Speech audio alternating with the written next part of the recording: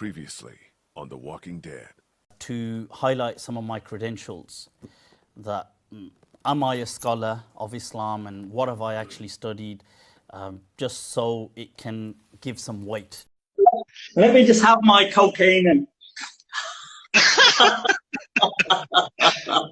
Ifta, to become a mufti, what does that involve?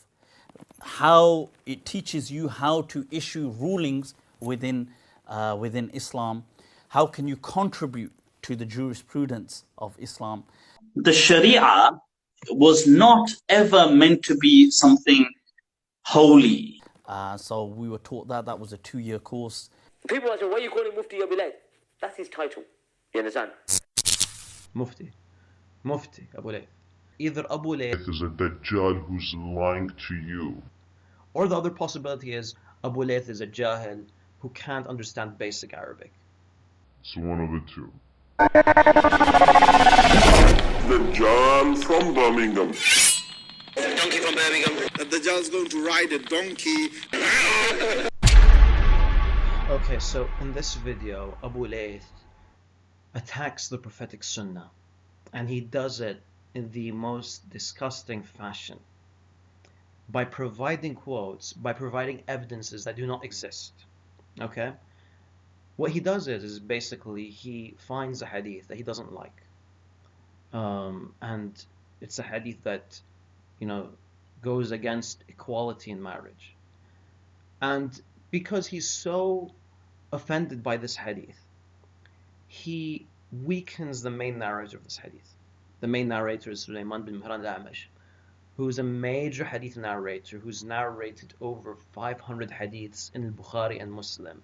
Therefore, weakening over 500 hadiths in al-Bukhari and Muslim just because he's narrated one thing that Abu Layth doesn't like. Now, that's not the biggest crime. Again, the biggest crime is that Abu Layth is using evidence that do not exist anywhere in order to strengthen his point. So I'm just going to roll the clip. Maybe he didn't know. This is what he tries to. Other people were very harsh about him. Musa ibn Tarif says he was a kadhab, he was a liar. Abaya ibn Rab'i said he's matruk mutahamun fi dinihi, that he's rejected. Al-Hasan ibn Dhakwan said he's da'if. At the very least, this person is problematic. Okay, so he provides these 3 quotes from these 3 people who have supposedly attacked Al-A'mash. None of them do. These 3 people do not attack Al-A'mash. In any book of Rijal, you will not find these quotes. They do not exist. So there are 2 possibilities here. Either Abu Layth is a Dajjal who's lying to you. Okay, if you're a fan of Abu Layth, Our own Mufti Abu Layth. you should be offended. You should go to Abu Layth and you should ask him for scans. You should ask him for a reference. Or the other possibility is Abu Layth is a Jahil who can't understand basic Arabic. So one of the 2. And if that's the case, you shouldn't be taking knowledge from this guy in the first place. No, I don't take fatwa from him. But that's his title. Mufti, Abu Layth. I'm just being respectable by calling him Mufti Abu Layth. So people have been telling me, Farid, don't attack Abu Layth. Let's focus on Sunni unity.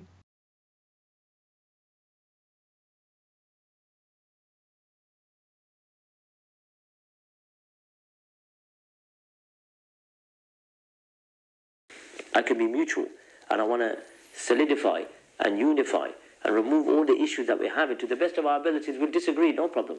There's no issue at all to disagree. No problem. That we can strive to get along. And I have a relationship with Mufti Abu Layth. We do have an understanding.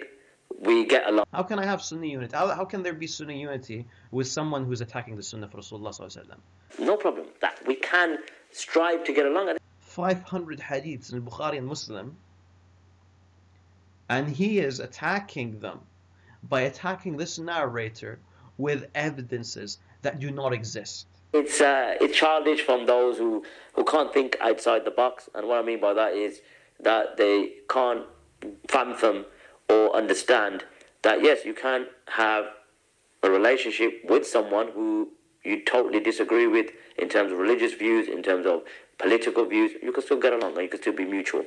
So, how can there be unity with someone like this? No problem. That we can strive to get along. And me and Mufti Abilaid, we get along. Subhanallah. How can I stay quiet? How can I stay quiet?